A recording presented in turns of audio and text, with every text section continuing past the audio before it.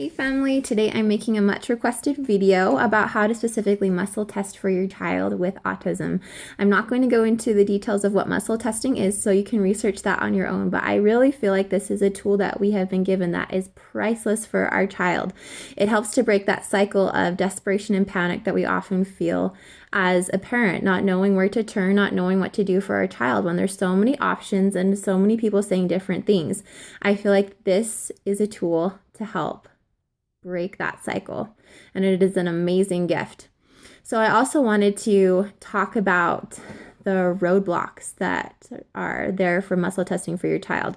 Your relationship with your child with autism is unique. It is very different than any other relationship, and it carries its own blocks to muscle testing. I've been muscle testing for clients for about 4 years, and it always came very easily. But muscle testing for my child, I second guessed myself. And I'm going to talk about the ways and these roadblocks that we have to testing for a child. The first, I believe, is not trusting yourself completely. And there's lots of ways to overcome this, but a good way is just to journal and ask, like, do I trust myself? Why not? Really soul search and dig deep. I learned from a psychotherapist a cool tool to access the subconscious, and you journal, you write a question with your right hand, and you answer with your left hand and see what you get, and you really access that subconscious part of your brain. You could ask with your right hand, do I trust myself? Answer with my left, yes or no. Why not? And then answer with your left. And you might surprise yourself. You can ask, like, what age did I stop trusting myself and why? For me, I specifically didn't trust myself with my relationship with my son because I felt like I didn't listen to my inner knowing or my mother's intuition in the beginning. So that was a trust that I had to build back up. The second roadblock is not trusting your child. So autism is rough in the beginning, and it really tainted how I looked at my child. When I looked at him, I just really saw autism. I just saw the behaviors and all the things that were wrong. If you look at your child that way, you will not be able to test for them accurately. You will not.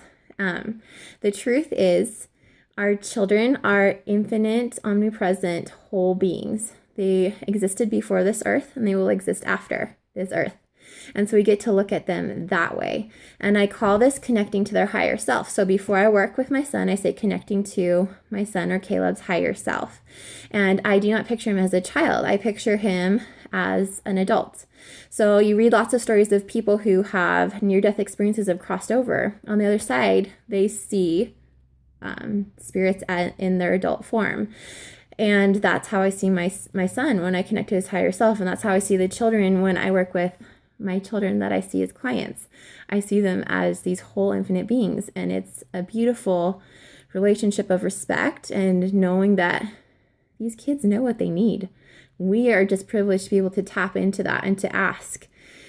And it changes the whole dynamic, and you will be able to test accurately.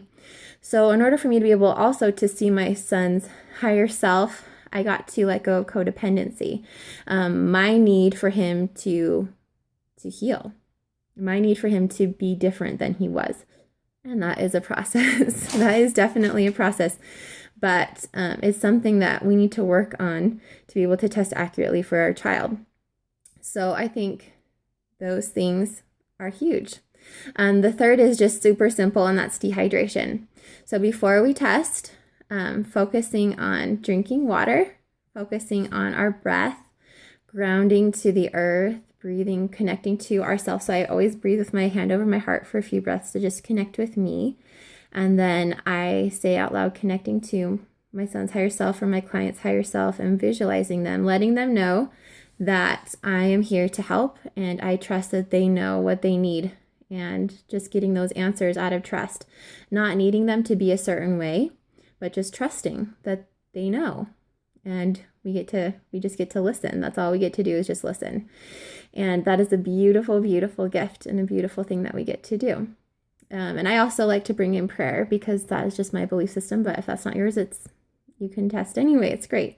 So always ask for help and direction and guidance that way as well. And I think it's very helpful.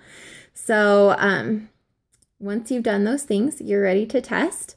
And there's lots of different ways you can test. You can use a pendulum, but I don't use that because you can only get yes or no answers and you can't get as specific as I'm going to show you.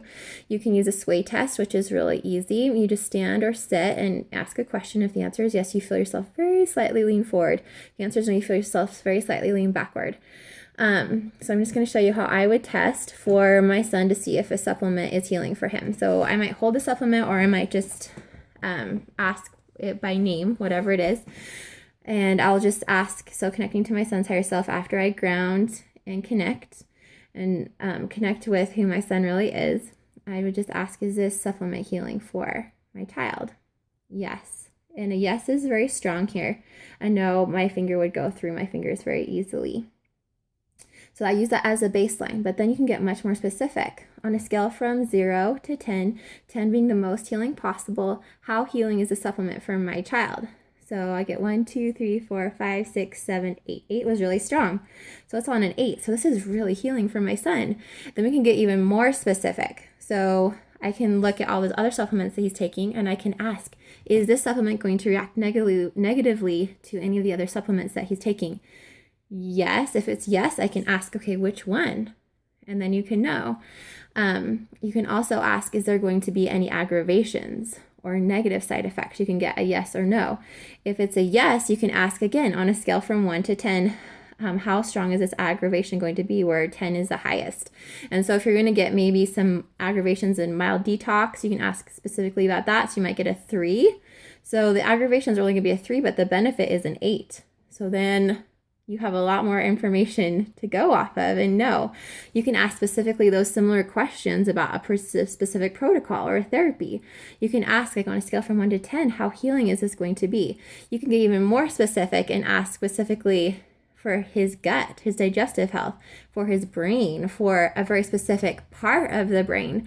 You can get as detailed as that. You can ask about foods. You can ask I like to ask on a scale. So if you can just say, are they allergic to this food? That is kind of like a blanket statement. You can ask on a scale from 0 to 10, how allergic are they to this food? You can do that with phenols. You can do it with testing anything. And it is an amazing tool. But remember just to learn to trust yourself, trust your child, that their body, that their spirit has all the answers. And feel free to ask me any questions, or if you want to set up an appointment with your child, know that I'm here for you and you're a sweet one. And just sending you all a bunch of love today. Bye.